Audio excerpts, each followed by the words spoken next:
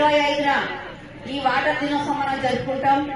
ఈ రోజు ప్రజాస్వామ్యము ఉంది అంటే ప్రతి ఒక్కరు కూడా వారి ఓటు హక్కు వినియోగించుకోవడమే ముఖ్య ఉద్దేశం.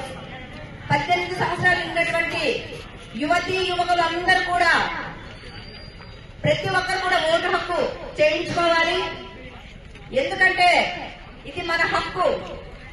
ప్రతి ఓటర్ కూడా తెలియకపోయిన వాళ్ళు విలేజ్ లో ఎవరైనా ఉన్నా సరే వాళ్ళకందరికీ కూడా రెవెన్యూ సిబ్బంది చెప్పి వెంటనే ఓటు నమోదు చేయించాలి.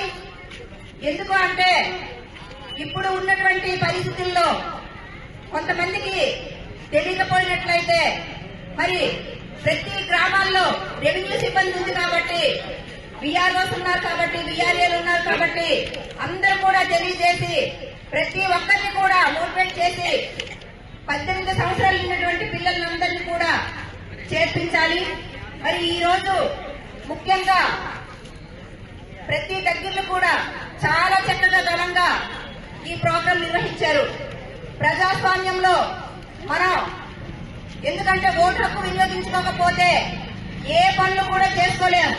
కాబట్టి అందరూ కూడా ఇది మన బాధ్యత అనే విధంగా చేయించుకోవాలి.